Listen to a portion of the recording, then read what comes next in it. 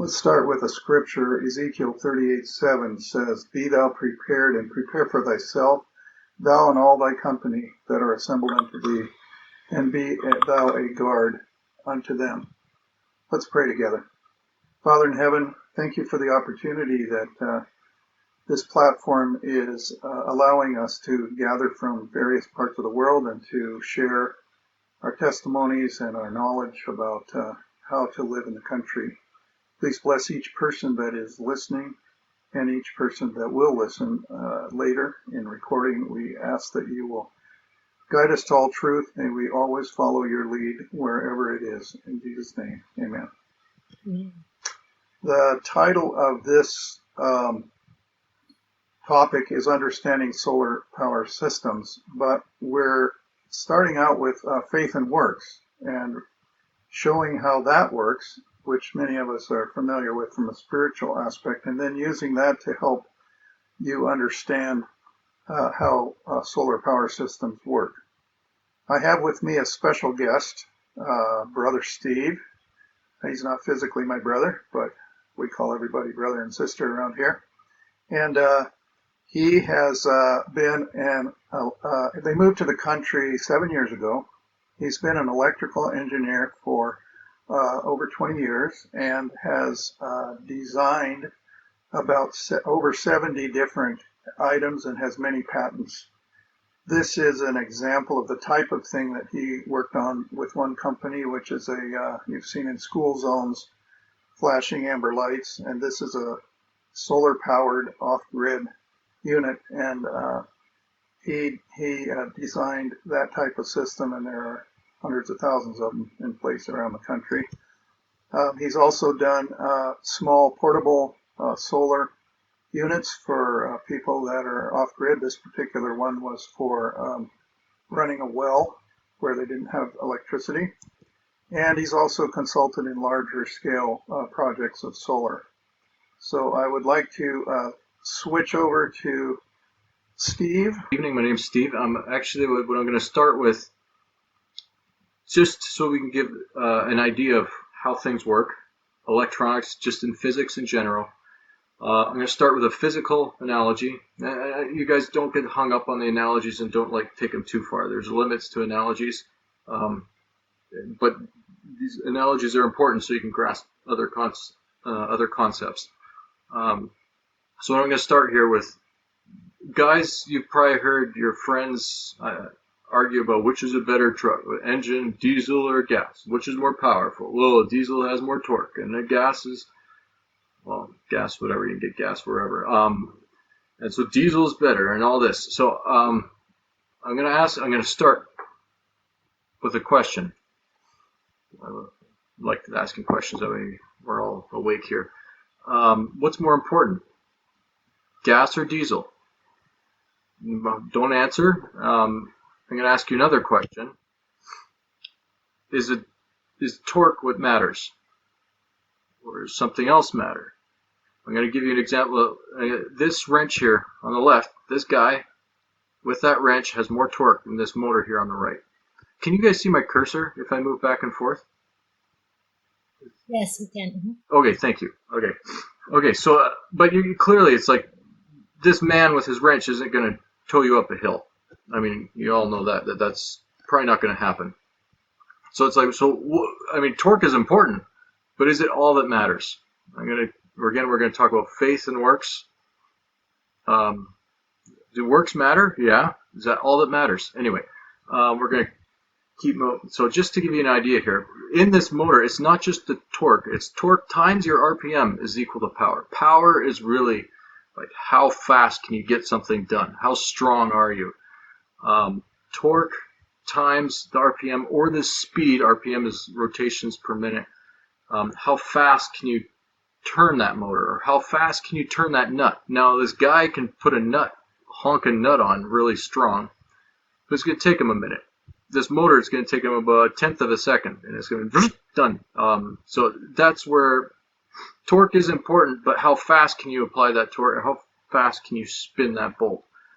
Or how fast can you spin that wheel and move up a hill, drive up a hill? We're going to move one more concept which is really important here.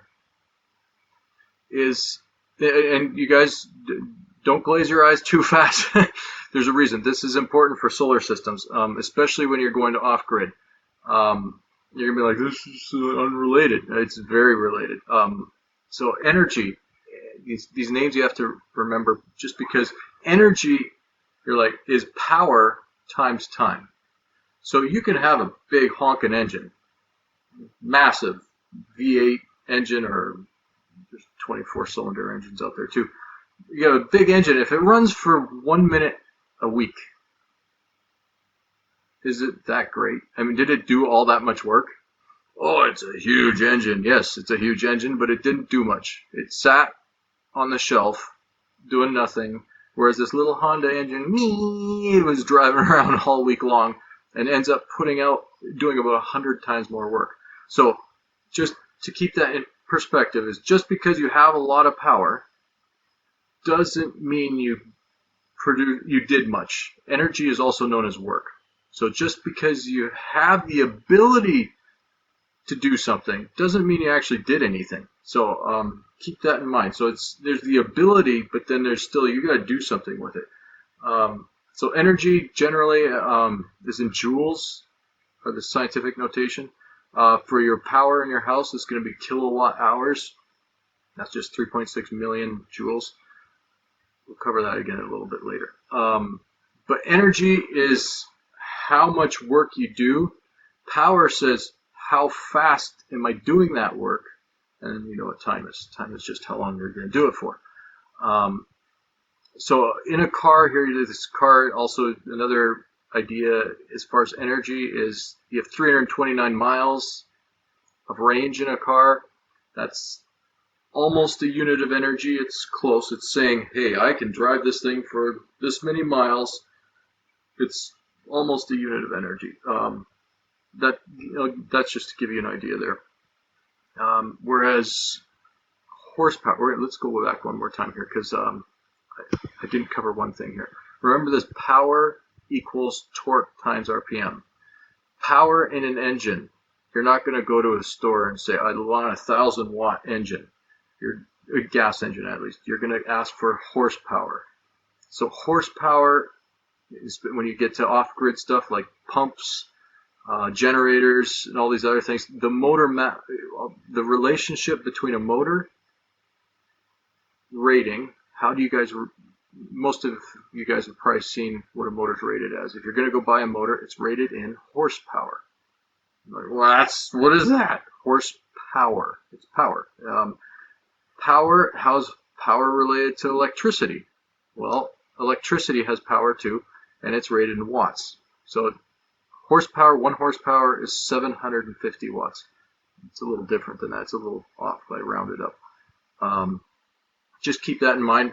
Power, we're going to go to switch to something else here, but I want you to keep these ideas in mind. They're extremely important, especially when you start having problems. You're going to get a system.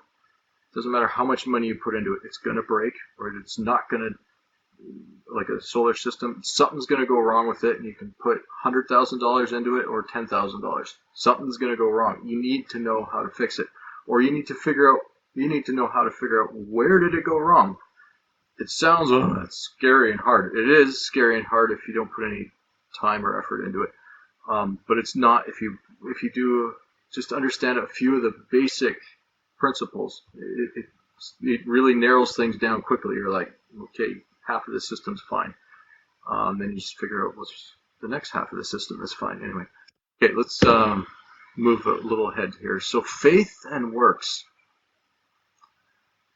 I'm going to ask another question here. What is more important, faith or works?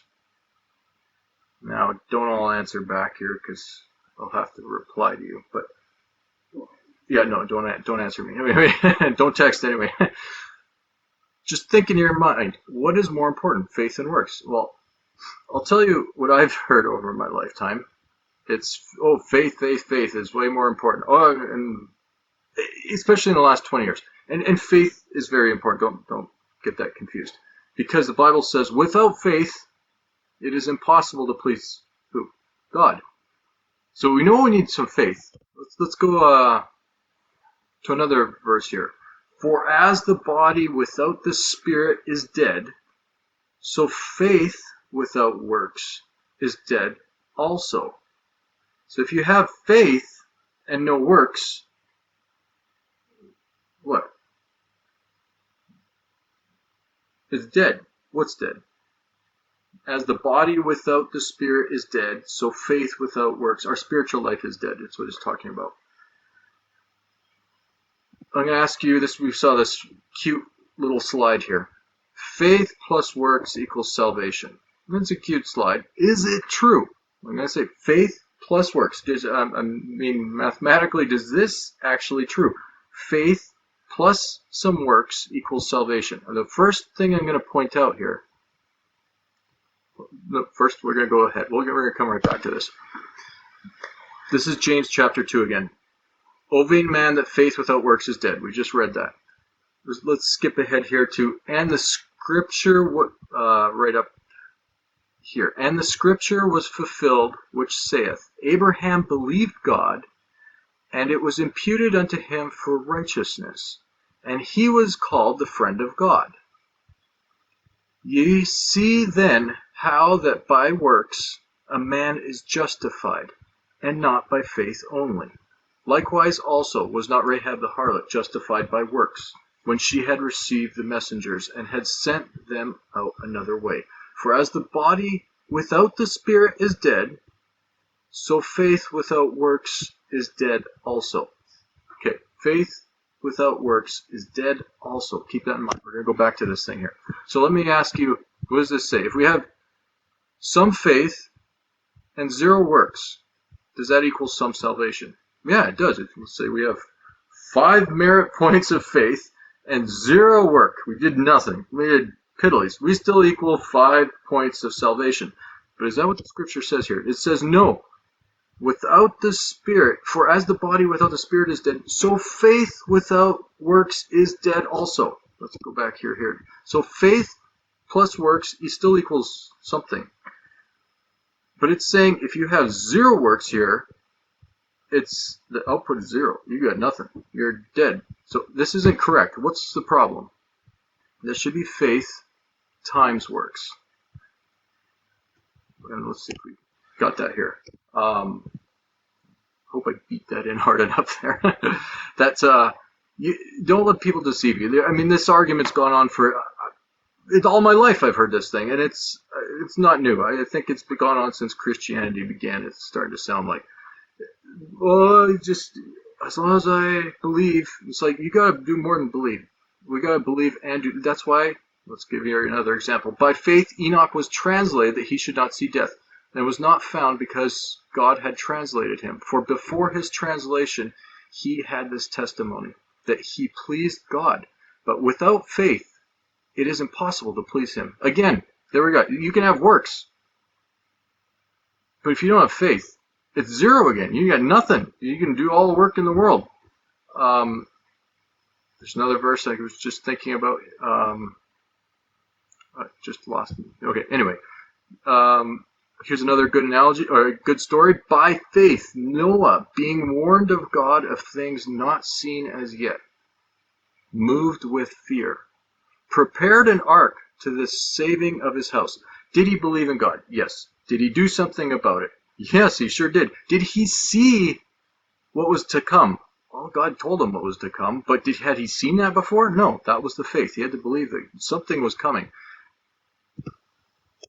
Guys, have we been told, this is, I just added this a few minutes ago, or an hour ago or two, so you're not going to see it here. Have we been told something is to come? And are we to be ready for something? Yes, we know the time of trouble. Is there something before the time of trouble?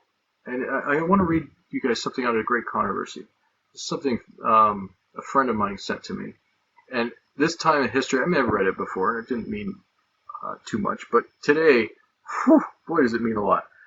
While, this is chapter 36 in Great Controversy, just in case you want to look it up later. It's the last half of the chapter. While appearing to the children of men as a great physician who can heal all their maladies, this is speaking of Satan in the previous paragraph, you'll find that. While appearing as a great doctor who can heal all their sicknesses, he will bring disease and disaster until populous cities are reduced to ruin and desolation. Even now, I was going to say, who does that make you think of? Don't answer.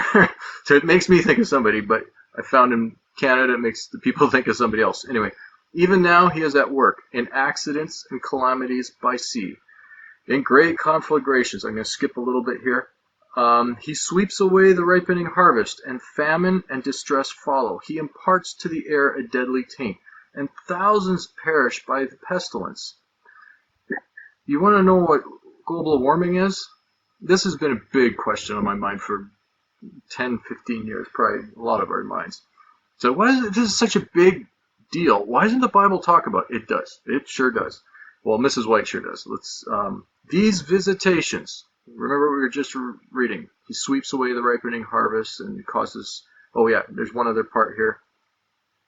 In every place and in 1,000 forms, Satan is exercising his power. Then he sweeps away the ripening harvest, and famine and distress follow.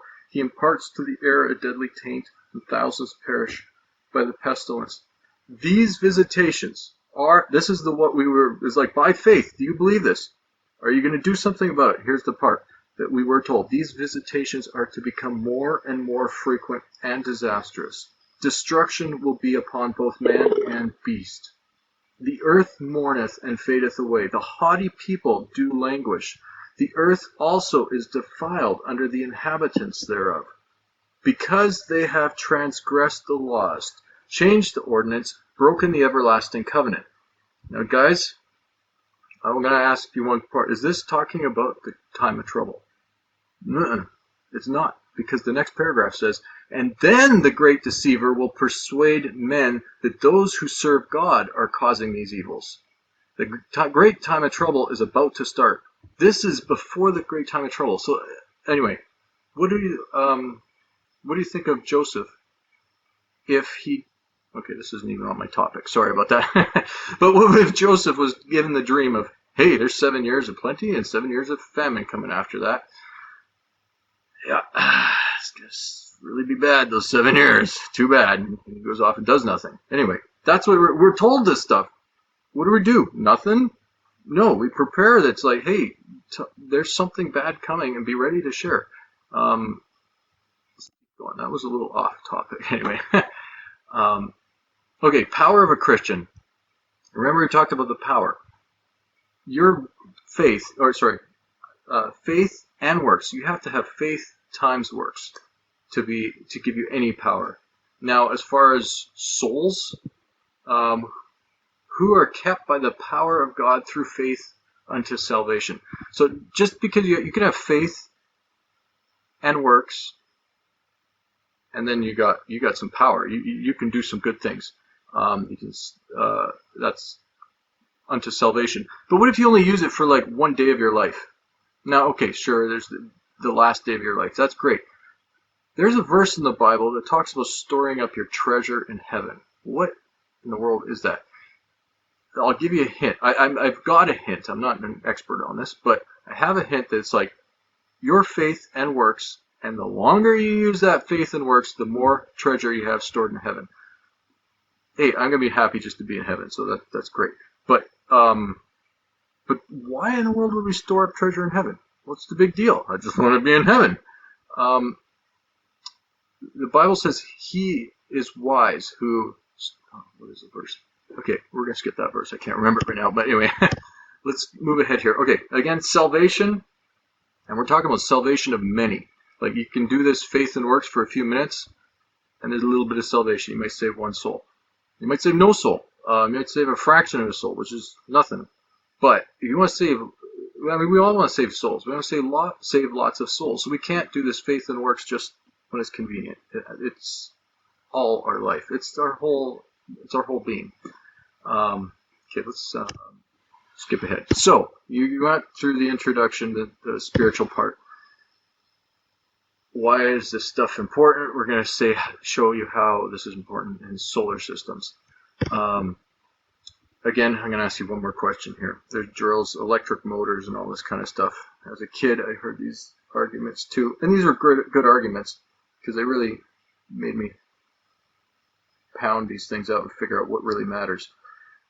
Oh, you can get an 18-volt drill or a 21-volt drill. Ooh, the 21-volt drill must be better because it's higher voltage. Ask yourself, which is better, if it has a higher voltage or a higher current? Now, don't answer me. Just think about it. I want a higher voltage drill or a higher current drill? I'm going to answer that one hands down, solid. From what we've talked about, what do you think is more important, voltage or current? And that's sort of a trick question. They both matter. Okay, because power, down here you'll see power, and this is talking electrical power, is amps, which is current, times volts. This is faith times works. You want to be able to do, like, drill big holes really fast, you need lots of power, which means you need current and voltage. Don't get hung up on just voltage. This is like the argument of our churches of, well, I have faith, well, I have works, or whatever. You need them both. We need it all. Now, voltage and current. What is voltage and current? So I'm going to give you kind of a picture here. We're going to pretend this is a hose, and you have water in your hose. The water's coming out, and it's like, a lot of you probably don't realize, but your hose can produce a lot of work. You can put a generator in that hose on the end of the hose, and you can generate power off of that thing. What makes it generate power? The water moving through it, so that's the current. That's also electricity is called current also. It's electrons moving, thousands of billions and trillions of electrons moving down a wire. But just because they're moving doesn't mean they can do anything. So you can have a hose and the water's coming out and it's just barely pouring out. You aim it up in the air and it's just barely pouring out of the hose. That's pressure. So in a hose, it's pressure times the current, or the flow of the water is your power. There's a hydro system that's what it's all based on. How much pressure do you have at your generator times the flow of the water? Now there'll be a constant in there to get you into units like horsepower or watts, but it's how much flow is flowing times what's the pressure. In electricity, it's the same thing. How many electrons are flowing in amps times what's the voltage? How hard can you push those electrons through times the voltage? And that's going to give you watts, which was on a previous slide. So now that we've got watts, which is power, that's down here. This voltage times current is power. It's in units of watts, but power is watts. Again, like the motor, what if you only use that thing for 1 minute? Then it's doing nothing the rest of the year. It's not putting out much energy. I mean, it's like, yes, so what? You can do a lot of power for 1 minute. But unless you can do it for a long time, then you don't have much energy. You have very little energy. So the idea of energy, and this is units of joules, in solar systems, when it comes to your battery is what holds the energy, like stores energy. And the energy is going to be stored, for batteries, it's usually watt hours or kilowatt hours. A kilowatt hour is just 1,000 watt hours. Whenever you see kilo, it's 1,000. Mega, it's 1,000,000. Milli is a 1,000th. Micro is 1,000,000th. So anyway, just the energy is stored is your power times your time. Now, let's go here. On your home, on the side of your home, you're going to see a meter like this. Actually, a lot of them are digital now. This isn't very accurate anymore. But the home generally measures it in kilowatt hours because you use so much power. If you used a joule, it would be 3,600,000, 4 million, 5 million, and it'd be kind of ridiculous how much it is. And they only charge you 10 cents for 3.6 million joules. I mean, electricity is really pretty cheap, at least in the U.S. it still is. Heard stories of other places. But anyway, a house is measured in kilowatt hours, which is 3,600,000 joules. Now, we're going to go back to watt hours. A battery, let's go to this. Oh, okay, we're going to come back to that in a bit. Let's go to a different idea here. So when you're looking at a solar system, there's two types of solar systems. Not there's millions of types of solar systems, but two common things that you're going to run into. Somebody has solar. Is it grid tied or is it off grid? What's the difference? Grid tied means you have your solar panels here, and you're going to have one box in your house somewhere where the wires from the solar panels are going to go into, and then it's going to go and connect to the grid. What it means is there's no batteries. So get what happens at nighttime when the power goes out. Or sorry, what happens if the power goes out and you have a grid tied solar system? You got no power. Sorry, that was something else. Okay, so this may be a grid tied system here. We're just going to pretend it is. Sun's out nice and shining, and it's feeding the grid. The grid goes down. Like in California, you had the fires. Up here, we had snow, and it went out for a few days. Power's out. But, don't worry, I got the solar panels. We got power. Probably don't. There are some inverters. They're called inverters. Grid tie inverters. That will give you a little bit of power out, though, if the sun is shining, even though the grid is out. But sometimes, as soon as the sun sets, bam, it's off. So that's the difference between grid tied. Now, that's what a grid tied system is. An off-grid system means you don't only... Oh, yeah. Okay, sorry. We just talked about this. So this is the grid tied. It goes from your solar panel to an inverter and then to the grid or the house. The house is really actually pulls off the grid. But there's no batteries. That's mainly what your big difference is, or charge controller.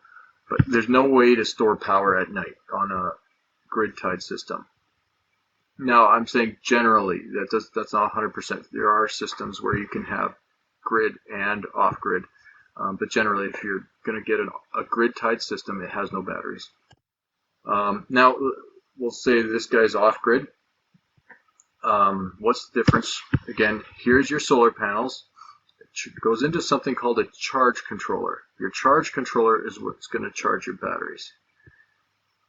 And then your inverter, you're going to have this thing called an inverter, and we'll cover that a little better details in a few minutes here. It's going to run off your batteries and provide power to the house. Now, an inverter, why do you need it? You could run your whole home right off of just batteries. Just to give you an idea, batteries are usually 12 volt, 24 volt, 48 volt systems. Those are common systems you can get parts for pretty easily. If you're going to do a lot, like a full home, the higher the voltage. Remember, the higher the voltage is the voltage times your current that matters. So just because you have higher voltage is not a better system necessarily. It's your voltage times the current. Why you go to a higher voltage is with the same wire, like the wires that are coming off your batteries, you can produce more power because you start needing huge cables if you have low voltage. Like a 12 volt system, your cables have to be 4 times bigger. So I mean that can be like that big. Copper is not cheap. So that's generally why you use a higher voltage system, so you don't need as much current. And your wires can be smaller. That's the only advantage.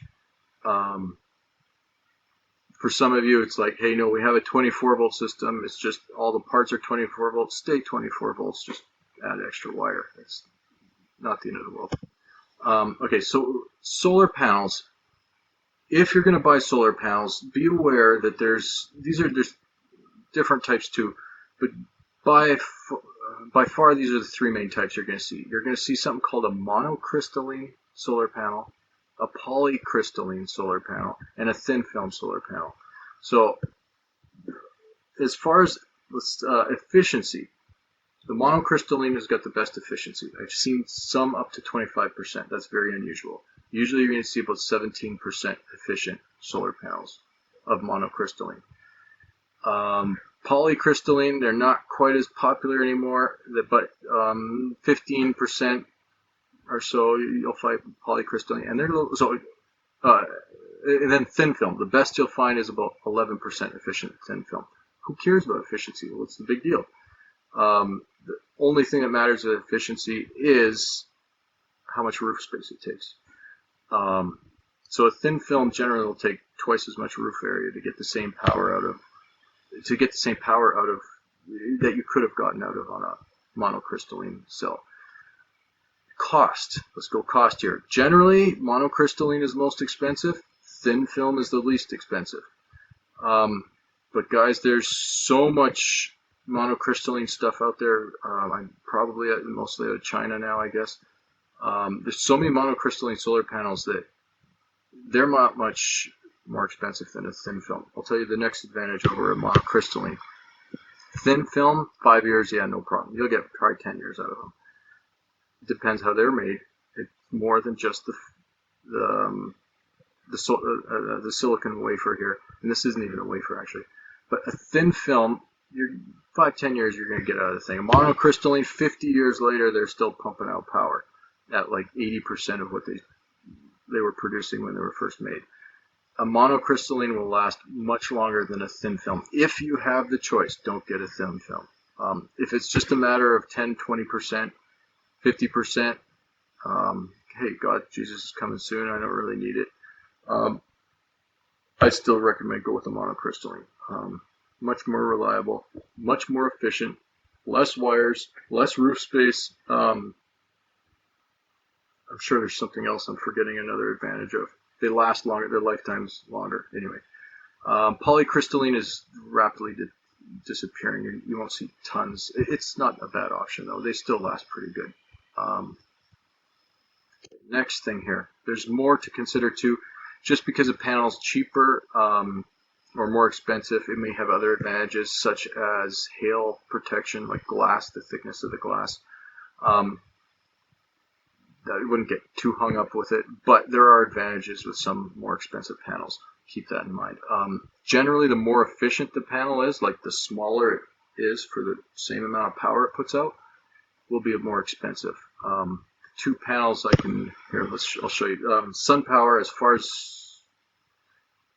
I remember, there's Sun Power and, not Sony, Sanyo. No, Sharp. Sharp had the most efficient solar panels, but I believe SunPower is around the most efficient. And this is just on every solar panel. It really should. There's some that won't show this, but pretty much every solar panel, if you look at the back of your solar panel,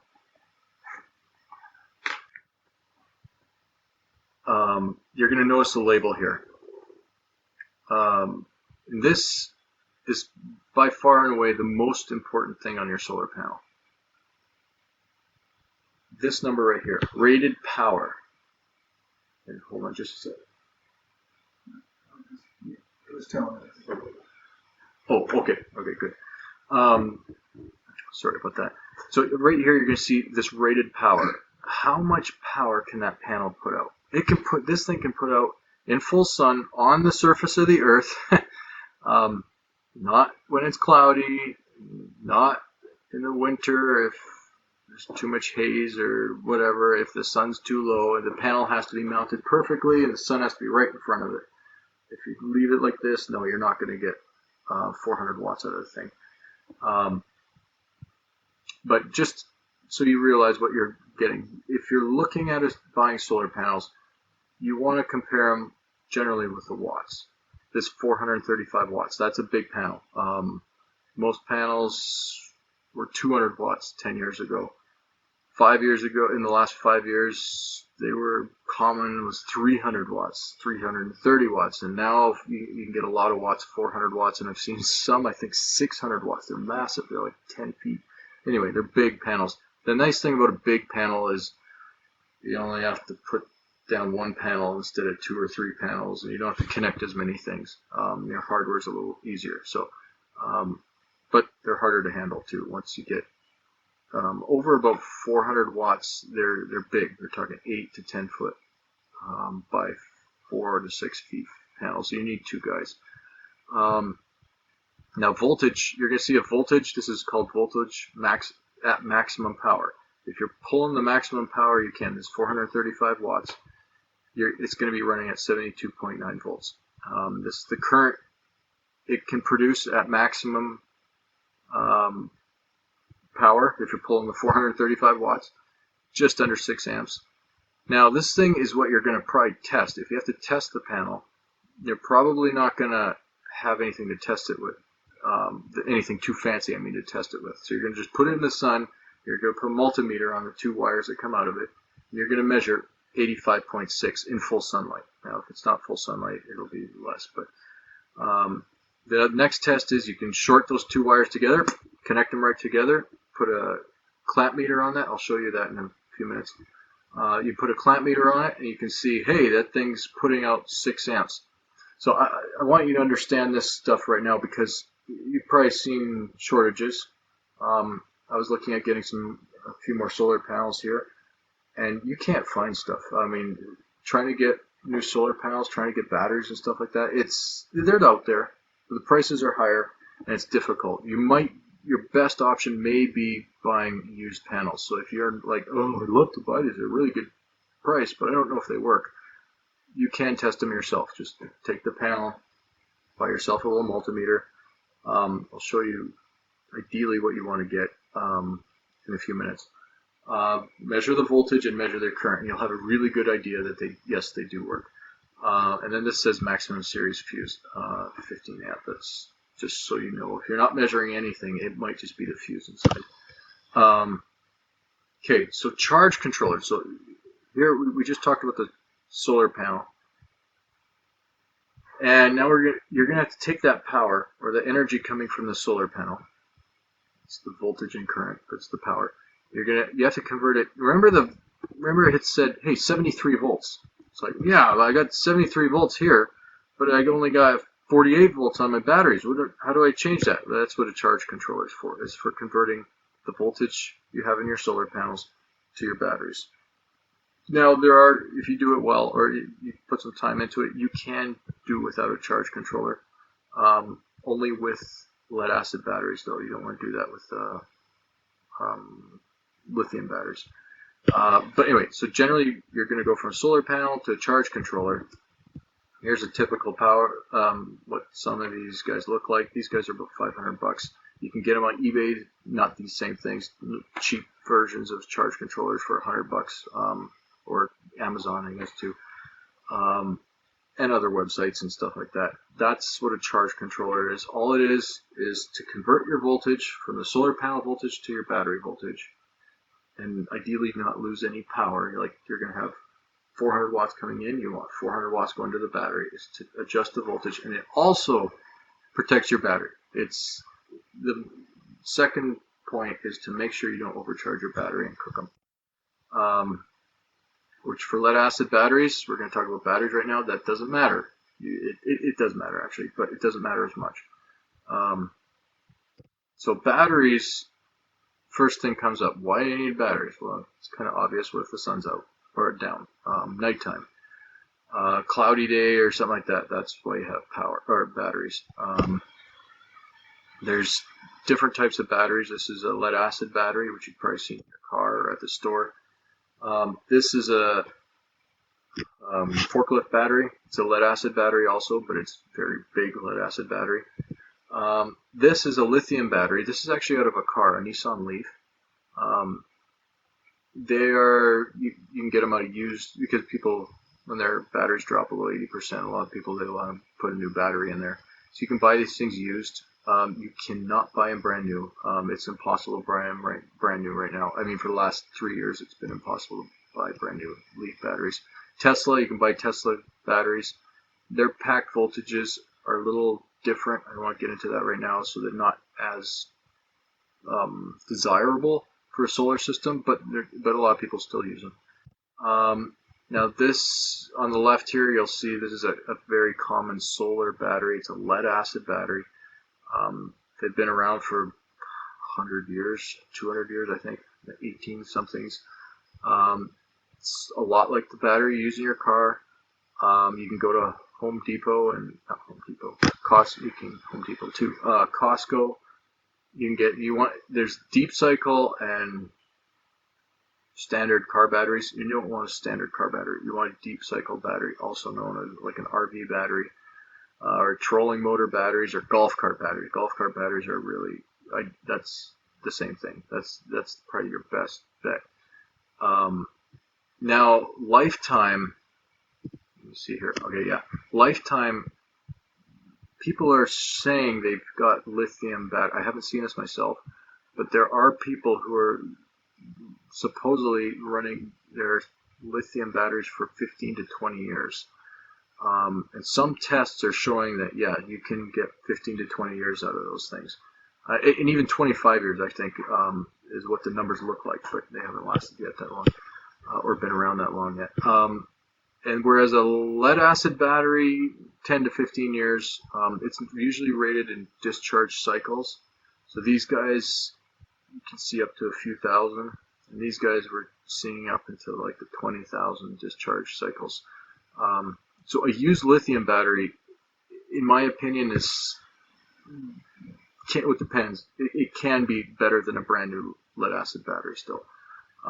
They're at least equivalent, and if you look at the price, you can get these guys for about the same price as these right now.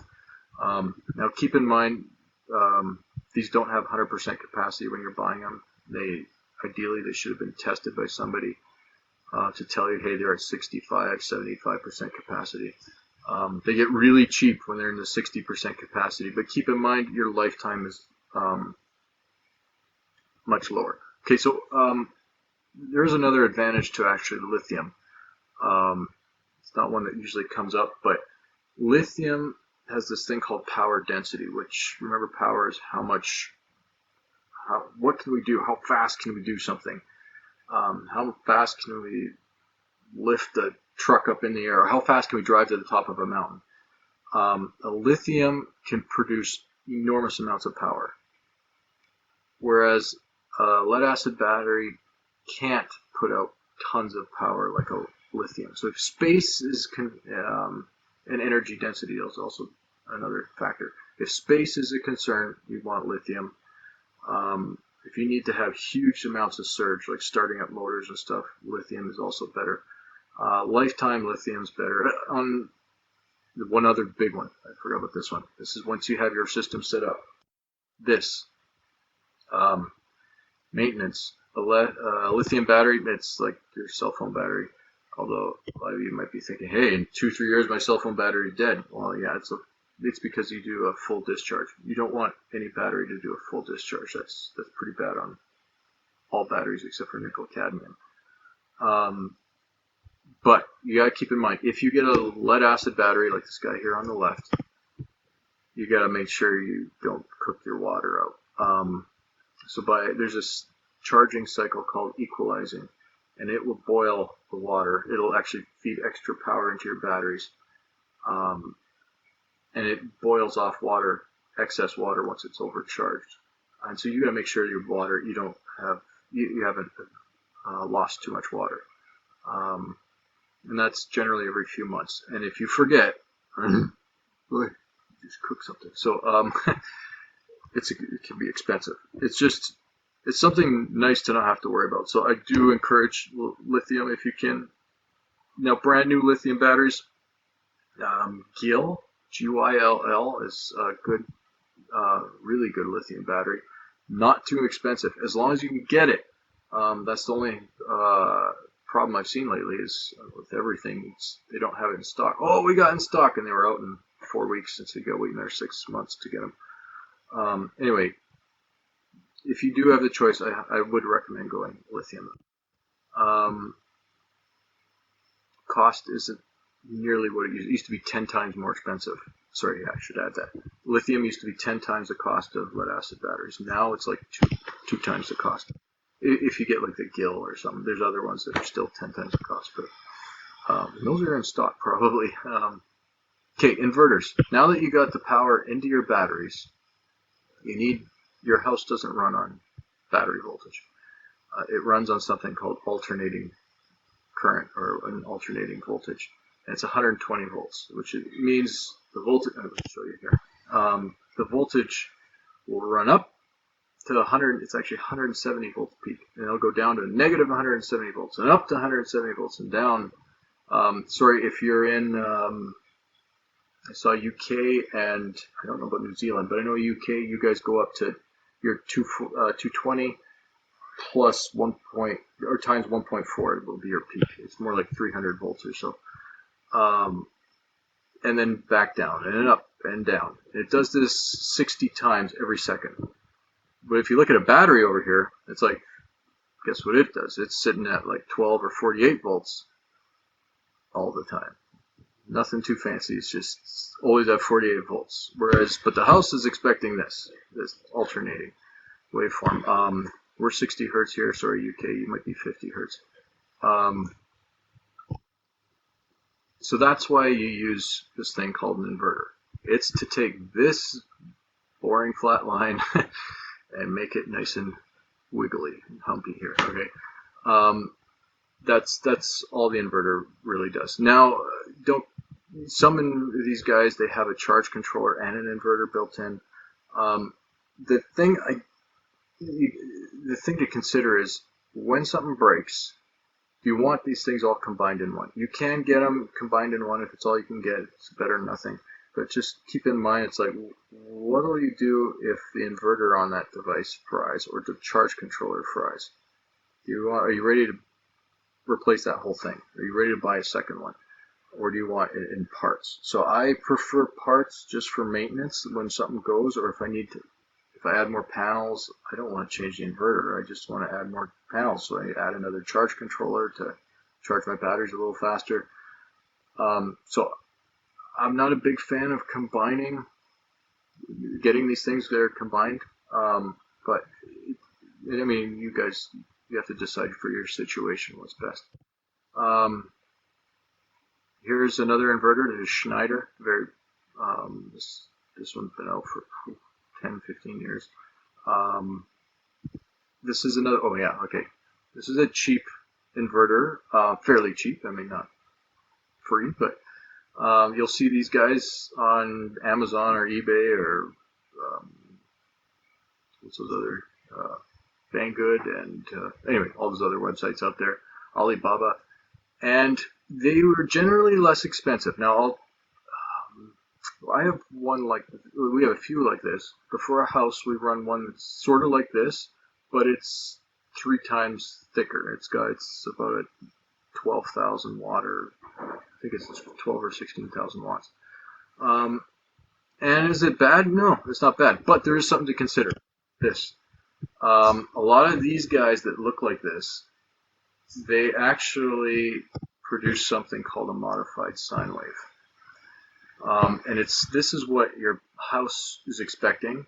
It's this nice sinusoidal curvy thing.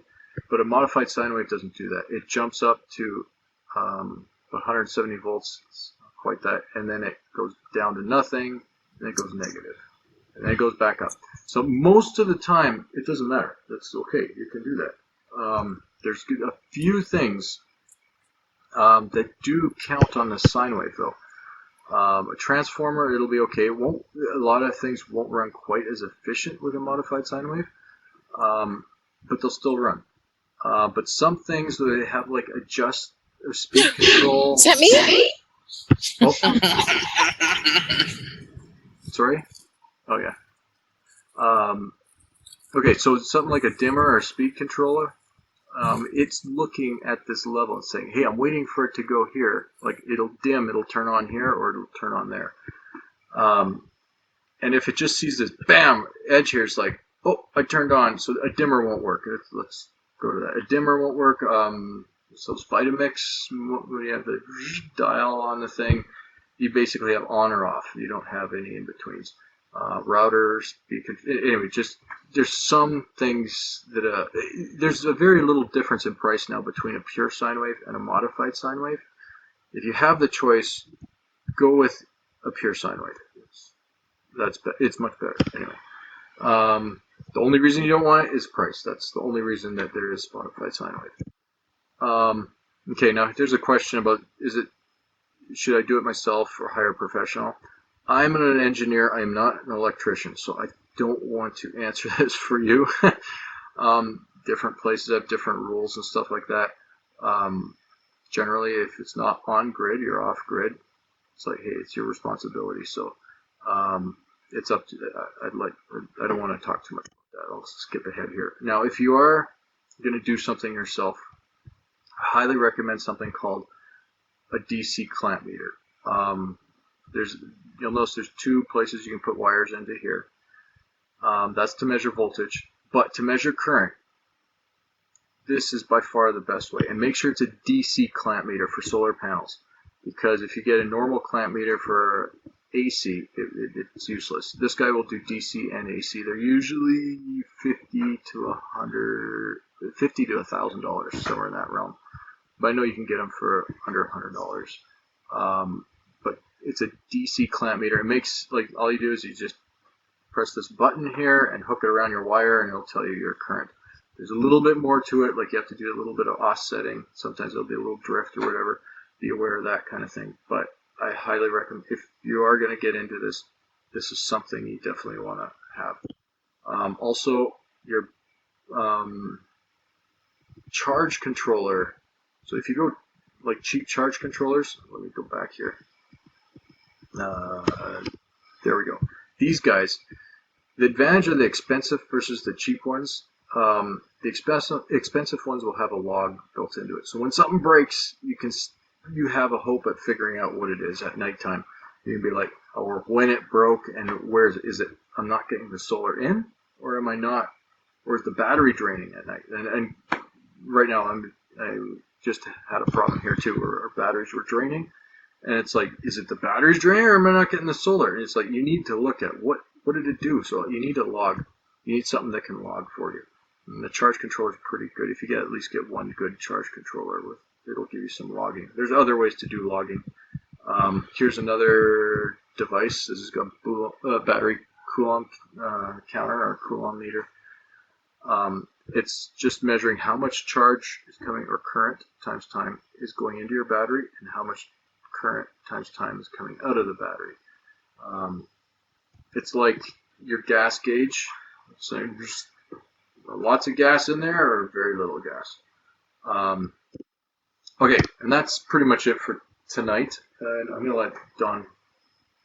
Anyway, nice to meet you guys. Okay, I'd like to end with two informational items before we do questions and answers.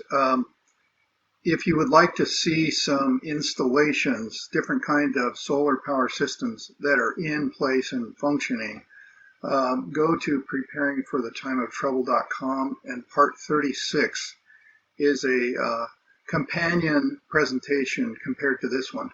This one was understanding solar power systems, and 36 is a tour on site to see different people's way of doing systems. You might find that useful.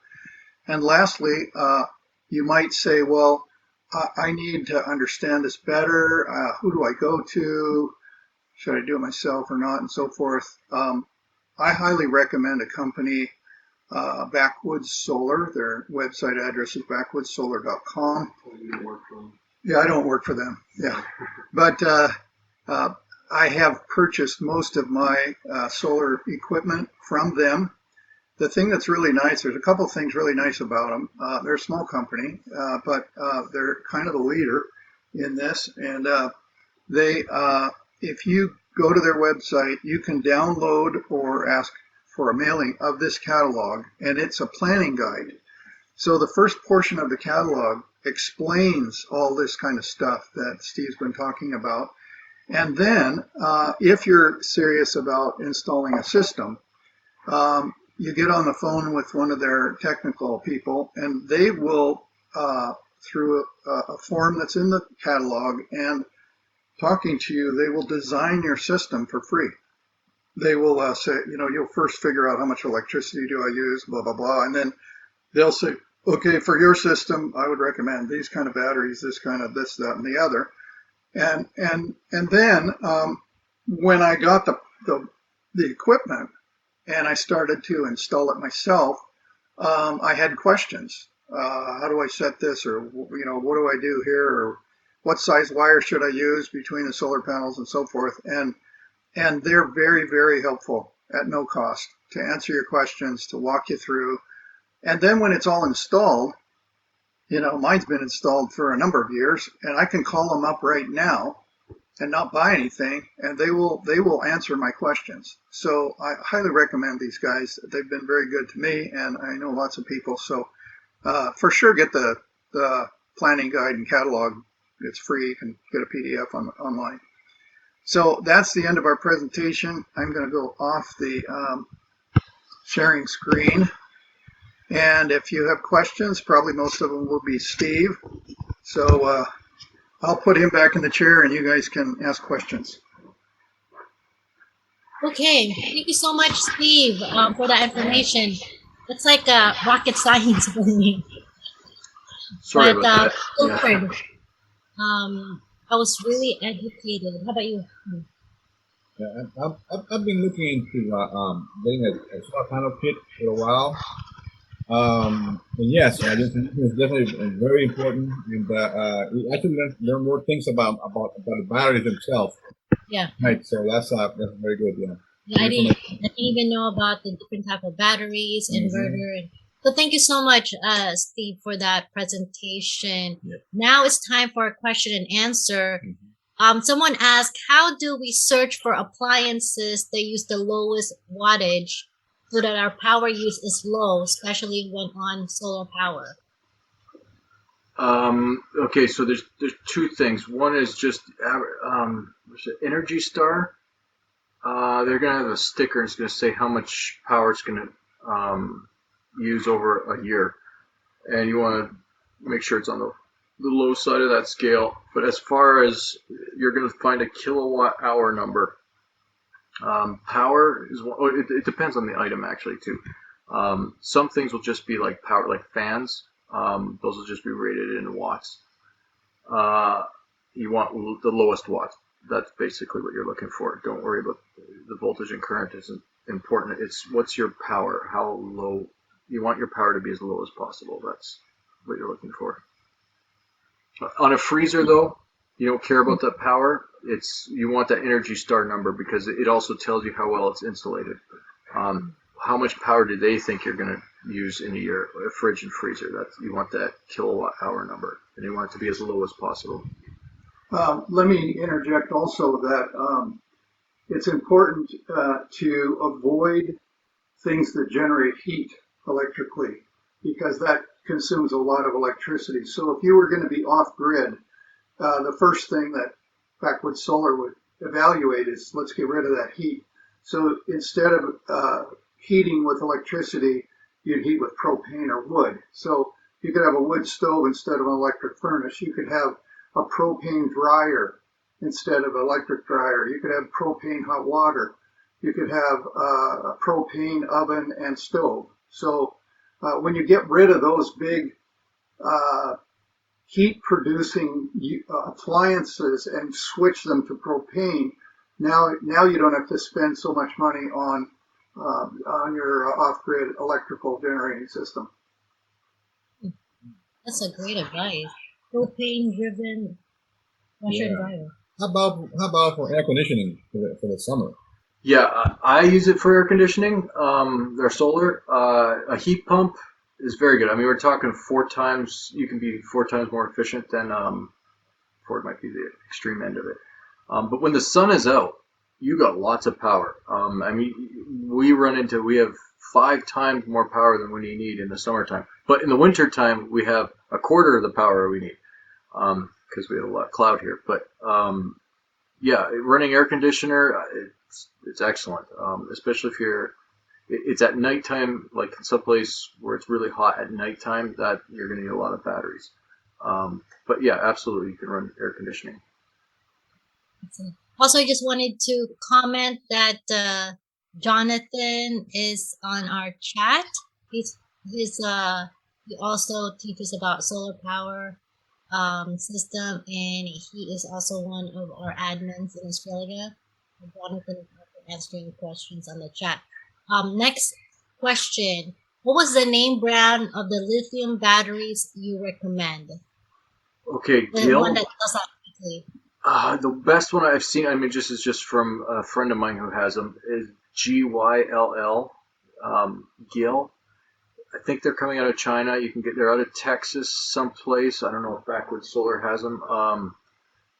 They're bang for the buck, excellent price. And there's stuff we didn't cover, like cell balancing and stuff once you do a lithium battery.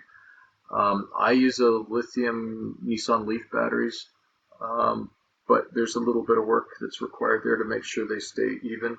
It's one other device. It's cheap, but you have to do it. Anyway, Gil. I'm talking about batteries regarding lithium. I heard lithium is not good in cold weather. Think Canadian weather. What's your thought? Yeah, when they get super cold, they should be heated. But generally, where you're putting these batteries, it depends on where you're keeping them. You're not going to want to put them outside by themselves, but in a garage if it's an insulated garage, it's no problem.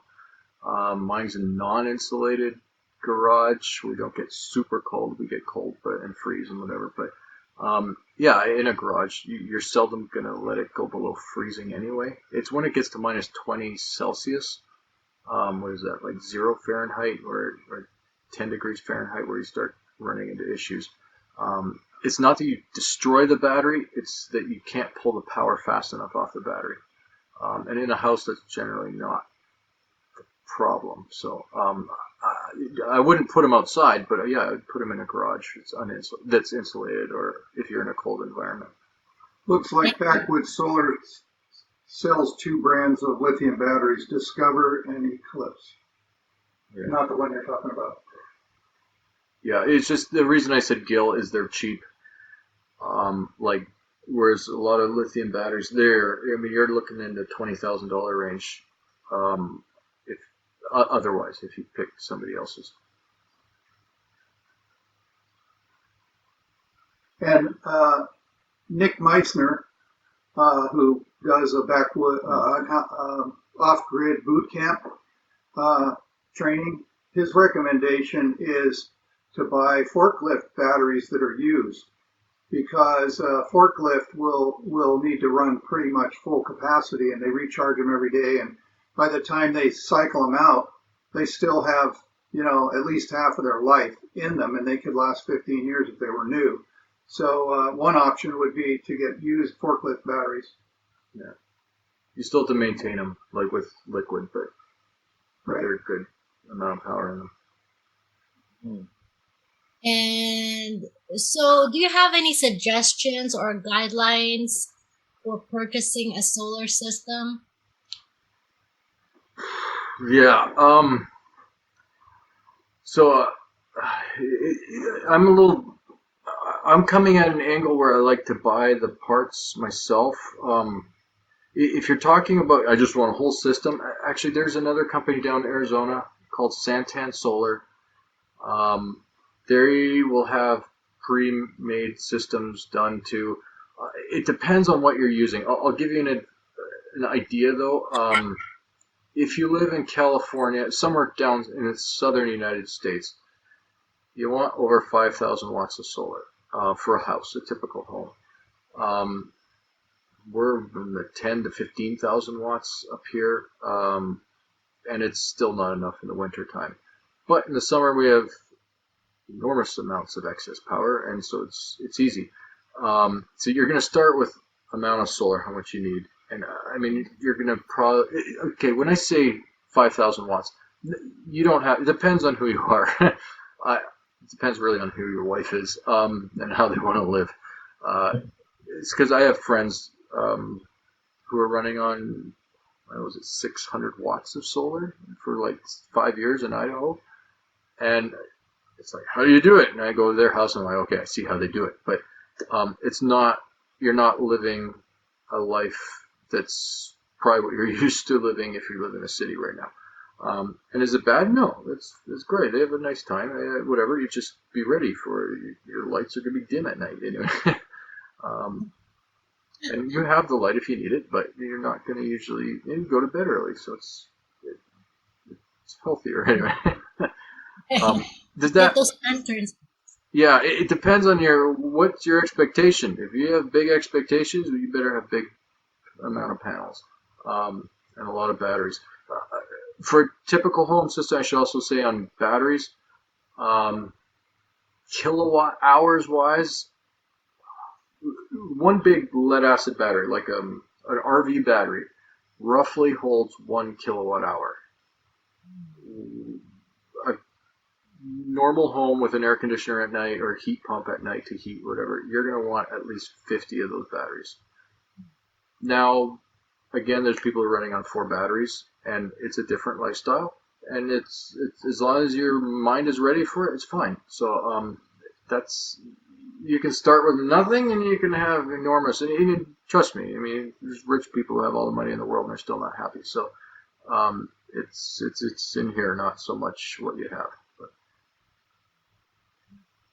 hopefully that was helpful. Is it safe to keep those batteries like inside your house? Let's say you don't have a garage. Can you put them like in a closet or? Safe as far as fire. Okay, so off gassing with a lead acid battery, you want a vent. Usually you're going to have a vent because you're going to produce hydrogen and oxygen. And then if you get a spark, boom, you get a bit of a problem there. This isn't a common problem, but yeah, you want to off gas them generally outside, like put a pipe, enclose them with something and put a pipe outside. If it's a lithium battery, no, you don't have that problem. What you do have a potential problem is if the lithium batteries for some reason start on fire, like accident happens for whatever reason. You could say overcharging, that doesn't usually set them on fire. It's usually the battery got punctured. That would set a battery on fire, or some internal fault happened. So there's a chance that, yeah, keep in mind that these batteries could start on fire. So I wouldn't put them in the middle of your house down in the basement. You'd put them off in the corner or something and put a little bit of protection in case. Most of the times when there's a fault, it won't lead to a catastrophic event, but there's always the probability it could. So just, yeah, keep that in mind. The ones I've seen, they're usually like in a garage, some kind of a maybe insulated but not heated area, or a shed outside, kind of a thing. Someone stated, I would like to know what type of solar system I need to run a well pump 240 volt. Okay. It depends on how deep that well is and how much water you're pumping, obviously. It's not just... But to get some water, at least just to survive, you can just get one panel, one normal panel. I'll give you an idea. One nice big panel, 6 feet tall, is going to be about $150, just as a rough idea. If you're buying a bunch of them. If you buy just one of them at like Harbor Freight, it's probably going to be a few $100. I forget what they're charging, but... or an RV store, there'll be a few $100 for one panel. But if you're buying 10 of them, they'll be about $100 $150. So one big solar panel, you need one. It depends on how many watts your the pump is down in the hole, but it's probably around 1 horsepower if you're running 220. So that's 750 watts. So then you're going to have a startup current, which is going to be 3 to 5 times that. So you're going to need at least a 3,000 watt inverter, 2 batteries, 2 lead acid batteries. That's your cheapest way of doing this. Deep cycle lead acid batteries, like golf cart batteries or RV batteries, and your solar panel. Now, one solar panel will charge that battery. It'll give you some water, and if you're only using it for drinking or whatever, and 100 gallons, 50 gallons a day, it'll probably be enough. And it depends on winter too, again. If it's dark and cloudy, you want more batteries and more solar panels. Just for pumping our water here, we don't use the grid at all for pumping our water. And for the first year, I ran all our water on one solar panel and one RV battery. And we still use that right now. We have 3, but it's just for backup, 3 batteries now. But you can and that's a different pump too. I should tell you, that's only a quarter horsepower pump. But if you're for what you're looking at least get yourself one solar panel. But it's how many minutes is that pump on a day? And then that's gonna tell you your watts times your time, and that'll tell you kilowatt hours. That's gonna tell you how many batteries you want. And you don't want to go just on the hairy edge. You want to go 3 times that. Do you want me to give you more detail? I can go into a lot more detail, but I don't want to lose you all too. So. Actually, that's good. I believe this the person that posted this question didn't ask any more details, but I think you're saying that maybe a manual pump for the well would be more efficient. A manual pump? Yeah. Like a hand pump? A hand pump. Yeah, like a simple pump. Yeah, a simple pump's good. It's just keep in mind that you gotta be there to pump it. So if you're expecting the power or the water to be at pressure when you want it all day, we use an RV pump. Just a little 12-volt pump for 7 years now. We've used an RV pump. The downside is if there's a fire. I mean, you're not going to be pumping up. But in our home, I mean, we have we run lots of water, 100 and something gallons a day. And there's nobody notices anything for the most part. The significance there is they don't have a well. They have rainwater catchment going into tanks that are barely lower than the house, the top of the tank.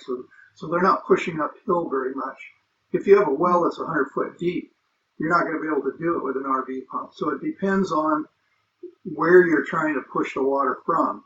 If it's stored in a cistern, and it's not a big push up a hill, then you could probably do something like Steve's talking about. But if it's going to be in a well and it's down 100 feet, I doubt that the RV pump would do it with it. There's RV pumps that'll do that too. So if you look at a deep well pump, there's deep 12 volt or 24 volt deep well pumps.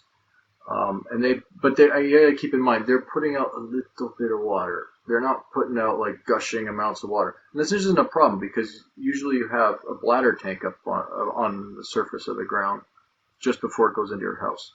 So you can feed that thing slowly, a gallon a minute. We're like 5 gallons a minute, but a lot of these pumps, they'll run at 1 gallon a minute. And it's like, in an hour you got 60 gallons. Is that enough? It depends on what you're doing with it. But yeah, a small pump you don't even need the inverter then. There's a friend of ours, he's got 2 of these pumps, but he's got 2 of them, and he runs down, his well's only 80 feet or so, and he runs 24 volts and pumps it into another holding tank, and a bladder, it's called a bladder tank. And then when it comes out of his hose when he needs it, and he's got, 30 gallons there whenever he wants it. So you don't need an inverter, but it depends on how much you're expecting. Are you expecting to run an orchard for an hour or 3 hours of irrigation?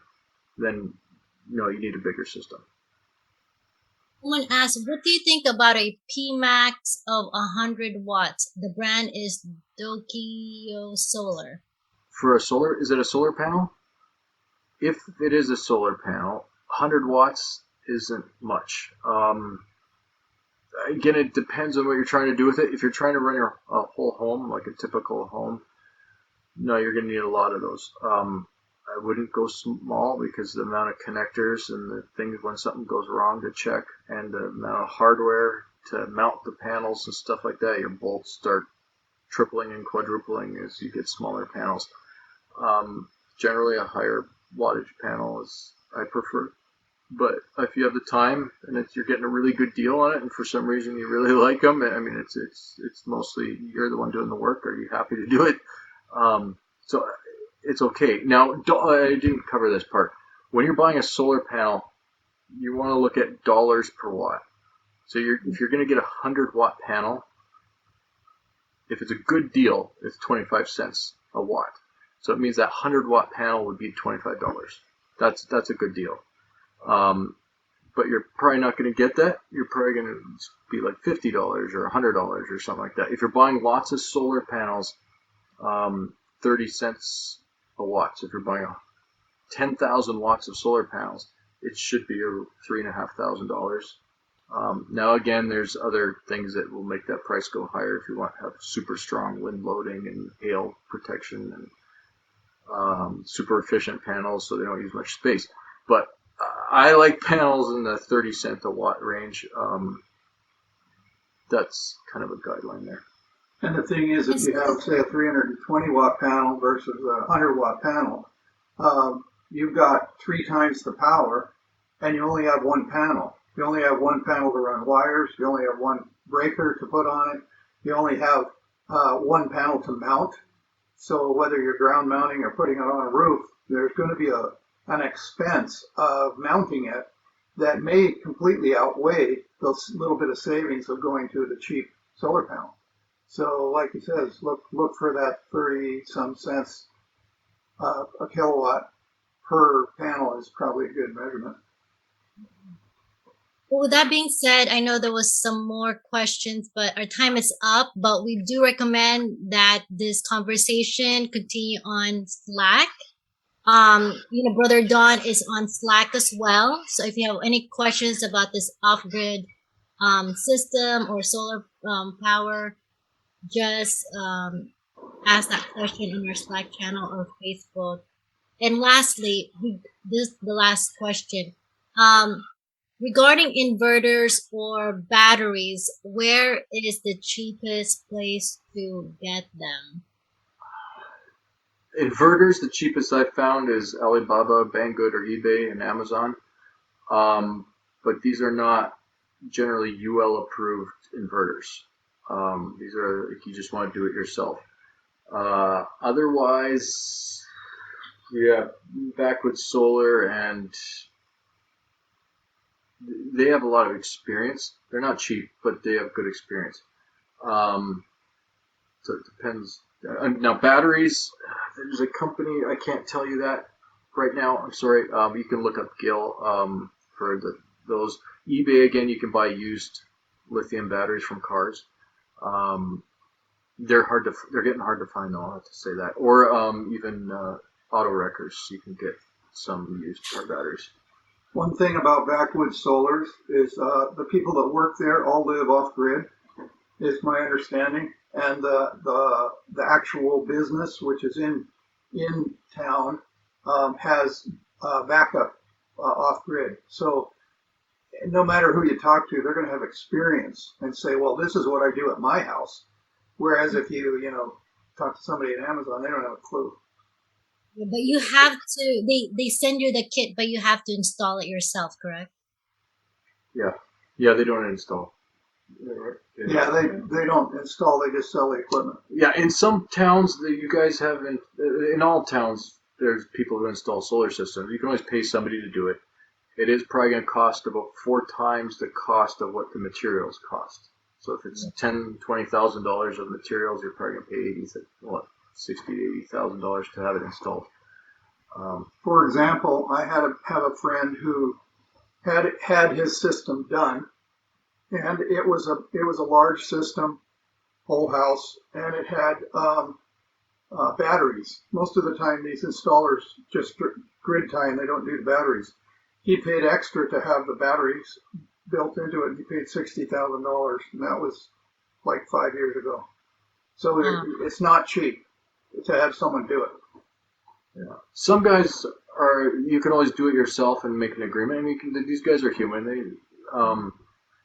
They're open to you doing some work and then them finishing it up and making sure it works too. So. And there's one other thing too, that in the United States, there's a federal program where if you buy components that are for alternative energy, particularly solar, all of the expenses, even if it's the labor, but even if you buy all the parts, the solar and the batteries and everything, if you keep track of all that when you do your income tax, you can get a tax credit. A tax credit is really significant because it's not a tax deduction.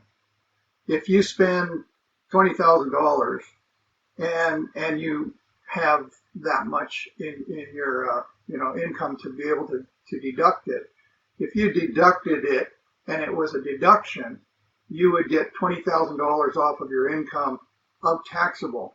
But a tax credit is the $20,000 is right in your pocket.